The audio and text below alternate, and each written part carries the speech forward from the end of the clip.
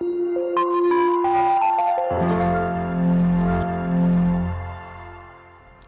students, hope you all are doing good. Today we are starting the chapter named Inside the Earth.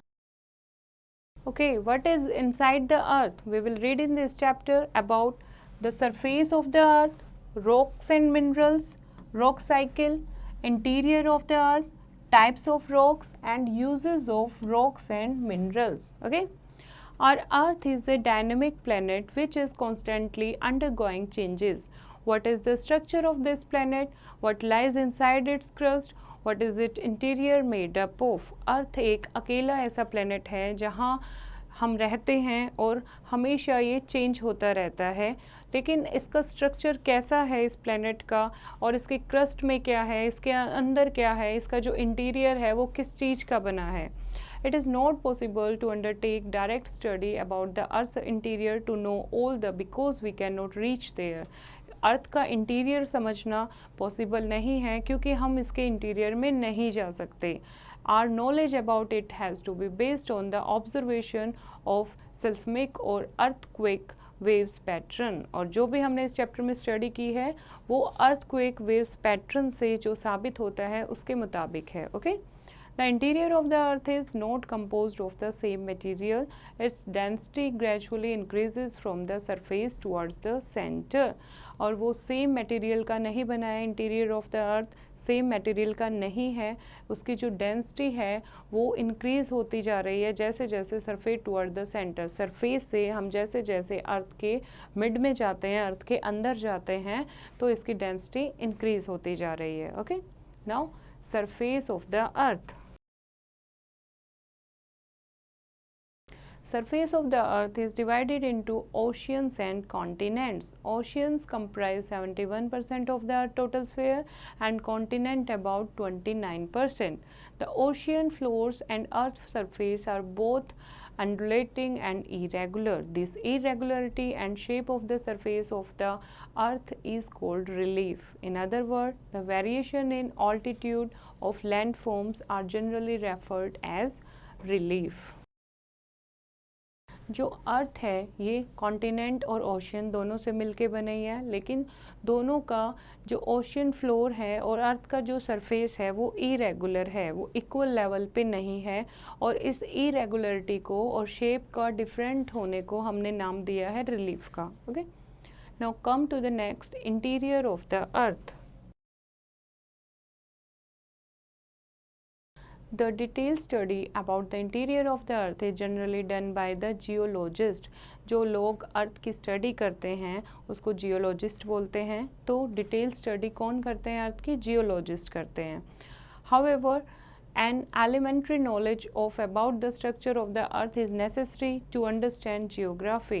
लेकिन फिर भी लोगों को इसकी नॉलेज होनी चाहिए कि अर्थ का इंटीरियर कैसा है जियोग्राफी पढ़ने के लिए. It will help us to understand the changes taking place on the surface of the earth. Today we can go far into the space, but it is not possible to do the same in the case of the earth interior. We have landed on the moon surface but cannot reach to the center of the earth. The temperature inside the earth increases with increasing depth. It is estimated to be about 5000 degrees Celsius at the center of the earth. आज space पे जाना बहुत आसान हो गया है, ठीक है, लेकिन अर्थ के इंटीरियर में जाना बहुत मुश्किल है. लोग चांद पर जा रहे हैं पर अर्थ के इंटीरियर में, अर्थ के सेंटर में नहीं जा पा रहे हैं. क्यों नहीं जा पा रहे हैं? क्योंकि जो टेम्परेचर है अर्थ का जैसे जैसे डेप्थ की तरफ जाते हैं, जैसे जैसे हम गहराई में नीचे की तरफ जाएंगे वो इंक्रीज़ होता जाता है. ऐसा माना जाता है जो अर्थ का सेंटर है वहाँ पर टेम्परेचर कितना है? 5000 डिग्री सेल्सियस. यानी कोई भी सर्वाइव नहीं कर सकता. Okay. From the study of seismic waves, we learned that जो earthquake waves हैं उनकी स्टडी से हमें पता लगा है the interior of the earth is not composed of the same material. जो अर्थ का इंटीरियर है वो एक जैसे मटेरियल से नहीं बना है. The density of the earth material increases gradually from the surface toward the center. Surface से जैसे जैसे हम सेंटर की तरफ जाएंगे तो डेंसिटी ऑफ अर्थ मटेरियल जो है वो इंक्रीज होती जा रही है. Okay. On the basis of varying density and other physical and chemical properties of the earth material, the earth is roughly divided into three concentric layers: crust, mantle and core. This arrangement can to compare to that of an onion with its shells one inside the other. जैसे कि एक onion है, उसका एक के अंदर एक layer होती है, उसी तरीके से अर्थ की लेयर को समझने के लिए एक स्ट्रक्चर आपको दिया गया है जिसमें जो बाहर की जो लेयर है दैट इज़ कॉल्ड क्रस्ट, ठीक है, अंदर का जो पार्ट है, बीच का पार्ट है मेंटल, एंड उसके अंदर का जो पार्ट है that is core, outer core, और जो अंदर का पार्ट है वो इनर कोर। ओके, तो अर्थ की सरफेस जो अंदर से जो अर्थ का सेंटर है that is the interior of the earth. अब हम बात करते हैं क्रस्ट की, जो सबसे अपर मोस्ट लेयर है। The uppermost layer of the earth is known as the crust. सबसे ऊपरी सतह जो अर्थ की है उसको क्या कहते हैं? क्रस्ट कहते हैं। The crust is very thin with an average thickness of about 35 km only. The upper part of the continental crust, which is rich in silica and aluminium, is called Sial. The lower part of the continental crust and the whole of the ocean crust are composed mainly of denser material rich in silica and magnesium. They are together called Sima. Okay. जो अर्थ का interior है, जो crust की हम बात कर रहे हैं, उसमें जो कॉन्टिनेंटल क्रस्ट है वहाँ पर दो मैग्नीशियम मिलते हैं, सिलिका एंड एल्यूमिनियम, और जो ओशियनिक क्रस्ट है, समुंदर की जो क्रस्ट है, समुंदर की जो ऊपरी सतह है वो ज़्यादा डेंसर है और वहाँ पर दो एलिमेंट कौन से मिलेंगे? Silica and magnesium. Okay, come to the middle core that is the mantle. Mantle, below the crust lies the mantle. Crust के बाद जो लेयर आती है, सेकंड लेयर, वो क्या आती है? मेंटल आती है। क्रस्ट, उसके बाद लोअर लेवल है mental. It extends up to the depth of about 2900 km. Its chief constituents are silicates of iron and magnesium. Both the temperature and the density of the mantle increases with increasing depth toward the center of the earth. यहाँ पर silicates of iron और magnesium मिलता है, और temperature और density mental की जैसे जैसे और डेप्थ में जाएंगे, सेंटर ऑफ द अर्थ की तरफ मूव करते हैं, वो बढ़ती जाती है। और इसकी जो ये विड्थ है वो कितनी है? 2900 kilometre. Fine. Now the mantle has two parts, the upper mantle and lower mantle. The upper mantle is about 670 km thick, while the lower mantle is nearly 2200 km thick. The top layer of the upper mantle is solid. Below the layer lies a soft layer. Because of the high temperature in this layer, the rocks here are in a soft state, a stage they reach just before melting. This layer begins at a depth of about 50 km and extends roughly up to the depth of 300 km. The lithosphere, which comprises the crust and the hard uppermost part of the mantle, floats on this soft layer. Below this layer, the rocks of the upper mantle become harder with depth.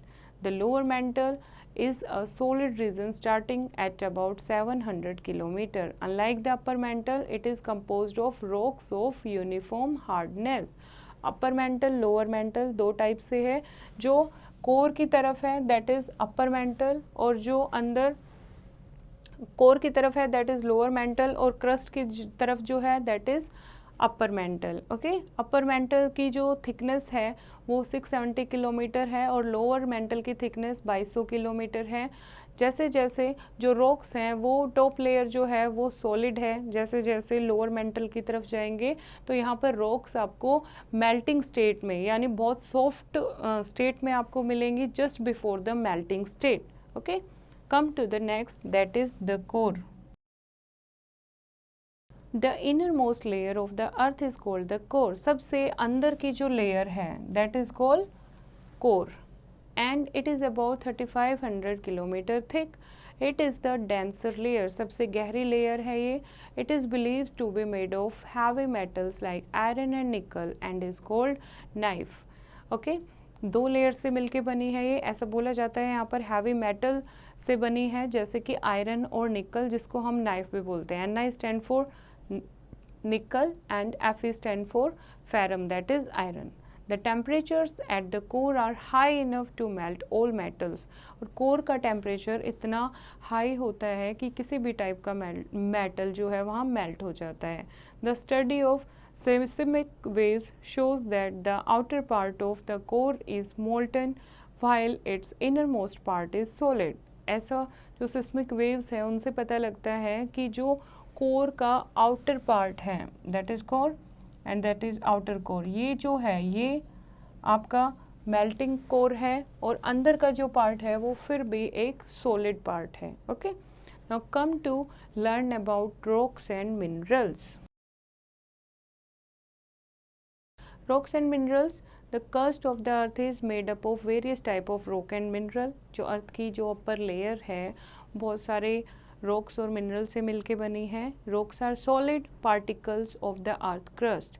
और rock क्या होते हैं? Rock earth crust के solid particle होते हैं. Rock could be as hard as granite and marble और as soft as particles of clay, gravel etcetera. और rock दो टाइप की होती है, hard rock, soft rock. The main components of rocks are minerals. Main component rock किसकी बनी होती है? Mainly minerals की बनी होती है. Minerals are chemical substances available in nature. Minerals comprise of fixed chemical composition and physical attribute. Rock which have mineral give us metal like iron, copper or gold. They are called ores. और जो rock जो हैं वो हमें mineral देती हैं. रो form में जो मिनरल होते हैं, जो मेटल होते हैं जैसे आयरन, कॉपर और गोल्ड, उनको क्या कहते हैं? ओर कहते हैं. Okay, now come to learn about types of rocks. Type of rocks igneous, sedimentary and metamorphic. किस तरीके से वो बनी हैं, किस टाइप की हैं, उसको 3 पार्ट में डिवाइड किया है. फर्स्ट हम रीड कर रहे हैं igneous rocks. These are the example of igneous rocks. The word igneous is derived from the Latin word ignis meaning fire. The molten material inside the earth is called magma. The magma flows out to the form of molten lava in a volcanic eruption. So, when the molten material solidify, the rock formed are igneous rock. Igneous rock जो molten material है अर्थ के अंदर, उसको क्या कहते हैं? Magma कहते हैं.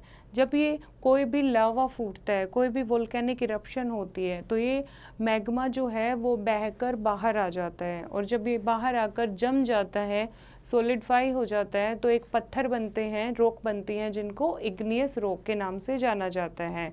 ये बहुत हार्ड होती हैं और ज़्यादातर जो रॉक हैं, majority of rocks available in the earth belong to this category. जितनी भी रॉक्स अर्थ पर मिलती हैं ज़्यादातर आपको इग्नियस रॉक देखने को मिलेगी. और for example basalt, dolerite and garanite. These are the example of igneous rock. These rocks provide building material. In some cases, the molten material finds its way up from the interior of the earth crust but does not reach the surface. It solidifies below the surface, creating intrusive rock or called plutonic rock. जो बाहर आ जाता है लावा, जो magma है, वो mountain से बाहर निकल कर जब जम जाता है तो वो इग्नियस रॉक बन जाता है. कुछ लावा बाहर नहीं निकल पाता और क्रस्ट के अंदर ही सॉलिडिफाई हो जाता है और उससे कौन सी रॉक बनती है? इंट्रूसिव रॉक बनती है, जिसको प्लूटोनिक रॉक भी कहते हैं. The rocks formed by the solidification of lava on the surface are termed as extrusive rock. और जो वोल्केनिक रॉक हैं, जो हम igneous rock are of 2 type, समझ आया आपको? इग्नियस रॉक 2 टाइप की हैं यहाँ पर, एक्सट्रूसिव रॉक और इंट्रूसिव रॉक. एक्सट्रूसिव जो लावा बाहर आकर अर्थ सरफेस पर सॉलिडिफाई हो जाता है, और इंट्रूसिव जो अंदर ही रह जाता है, बाहर नहीं आ पाता और अंदर ही सॉलिडिफाई हो जाता है, जम जाता है. Basalt is one example of such a rock. The northwestern part of peninsular India covers a great area formed by the weathering of extrusive rock. और जो नॉर्थ वेस्टर्न पार्ट है पेनिनसुलर इंडिया का, वो ज़्यादातर जो एरिया है वो किससे बना है? वो इग्नियस एक्सट्रूसिव रॉक से बना है. Okay, come to the next, that is sedimentary rocks. This is the example of sedimentary rocks. Over a period of several thousand years, sediments carried by agents of gradation like water, ice, wind, and the sea are deposited in layers over the earth. The sediments may consist of weathered and fragmented rock materials, microorganisms, and plants and animal remain. बहुत सालों तक जो sediments हैं वो rock से, जैसे नदियों का पानी है, आइस है, विंड है या सीज़ हैं, वो बहा कर ले आती है अर्थ पर। और ये सेडिमेंट जो हैं ये वेदर मौसम बाय मौसम छोटे छोटे टूट जाते हैं, फ्रेगमेंट में पीस जाते हैं और रॉक मटेरियल बन जाते हैं। माइक्रो ऑर्गेनिज्म और प्लांट एनिमल रिमेन इसमें मिक्स हो जाते हैं। As the deposition of sediment build up, the pressure exerted by the upper layer squeezes the sediment into layered rock called sedimentary rock। और जब ये डिपोजिशन ऑफ सेडिमेंट बिल्डअप बड़ा हो जाता है, जब वहाँ पे जम जम के सेडिमेंट छोटे छोटे पत्थर और उसके साथ जो डेड रिमेन्स थे, प्लांट रिमेन थे, वो मिल के जब हाई प्रेशराइज्ड हो जाता है तो एक अपर लेयर बना देता है जो लोअर लेयर को नीचे स्क्वीज कर देता है, और इन रॉक को कहते हैं sedimentary rocks. Thus, sedimentary rocks are formed by the hardening and cementing of layers of sediments। तो किस टाइप से बनती हैं ये sedimentary rocks? बनती हैं कि hardening and cementing of layers of sediments। जो sediments हैं, rock से ही sedimentary rocks बनती हैं। rock से जो sediments होते हैं वो डेड डिकेड रिमेन्स में मिल के हार्ड हो जाते हैं, सीमेंटेड हो जाते हैं और सेडिमेंट्री रॉक की फॉर्म ले लेते हैं। Some sedimentary rocks are formed by mechanical process. Agencies such as rain, wind, ice, or moving water disintegrate the parent rock.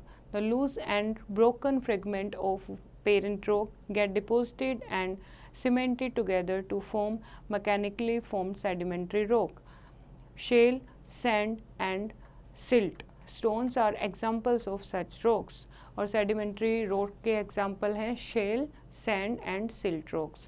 Shell that is clay is soft and smooth, it can be easily shatter to form thin flakes. उसको easily हम तोड़ सकते हैं, छोटे छोटे flex बना सकते हैं। Okay, now sandstone. Sandstone are compose mainly of grains of quartz. Sandstones are formed out of coarse particles of durable materials. Well-rounded boulders seen in tumbling stream beds are known as conglomerates।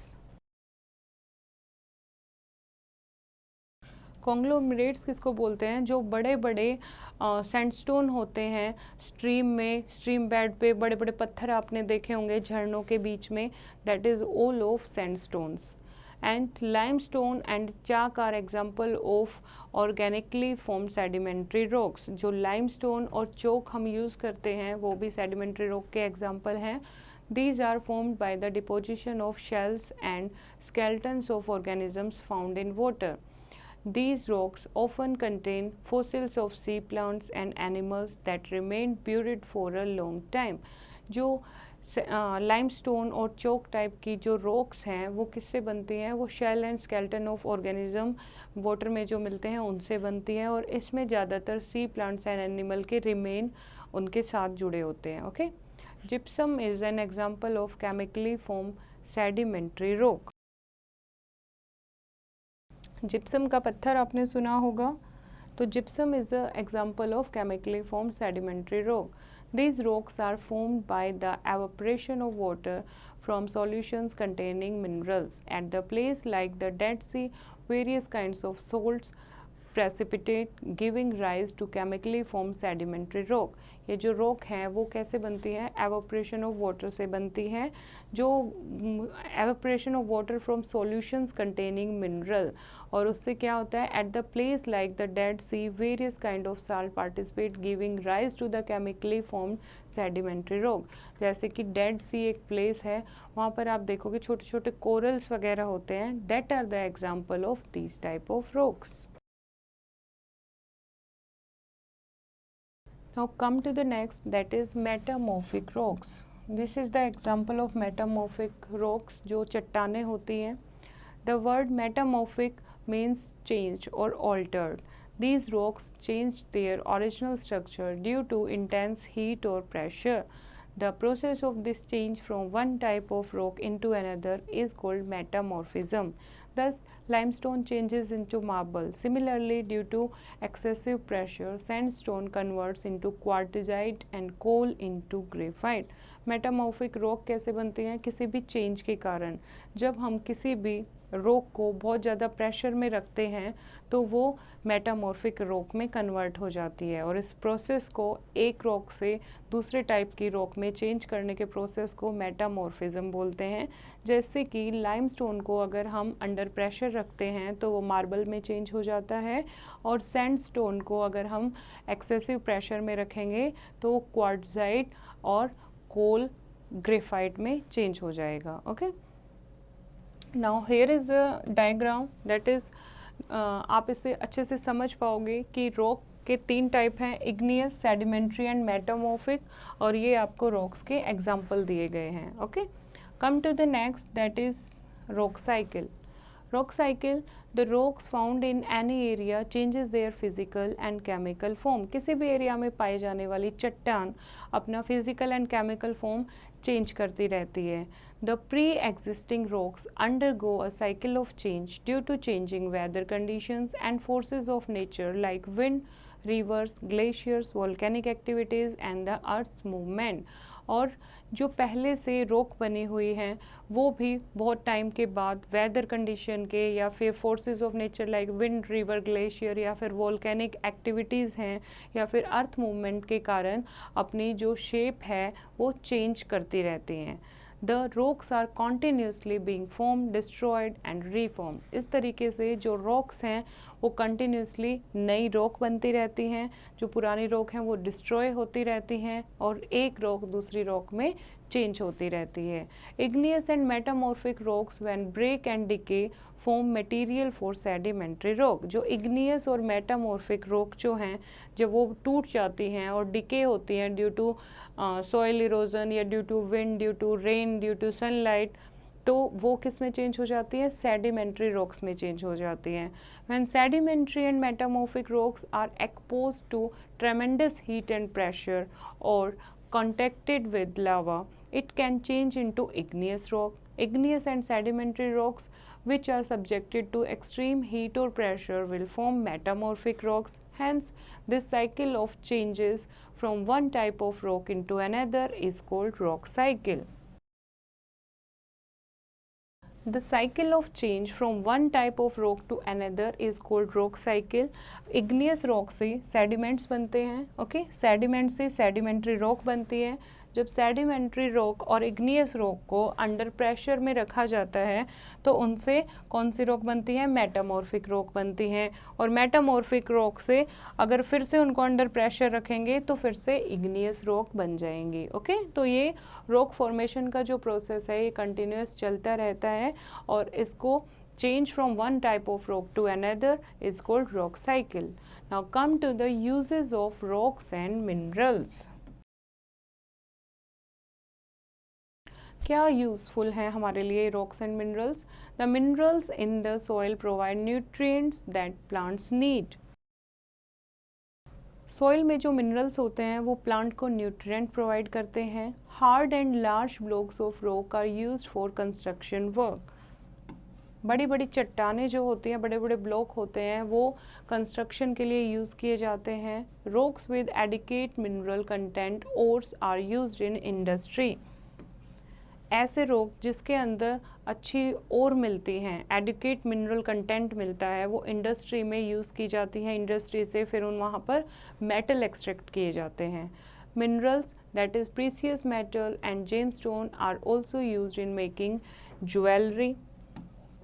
कुछ mineral जैसे कि precious stone है, precious metals हैं जो कि हमें rock से मिलते हैं, वो ज्वेलरी बनाने में यूज़ होते हैं. Now come to the key points.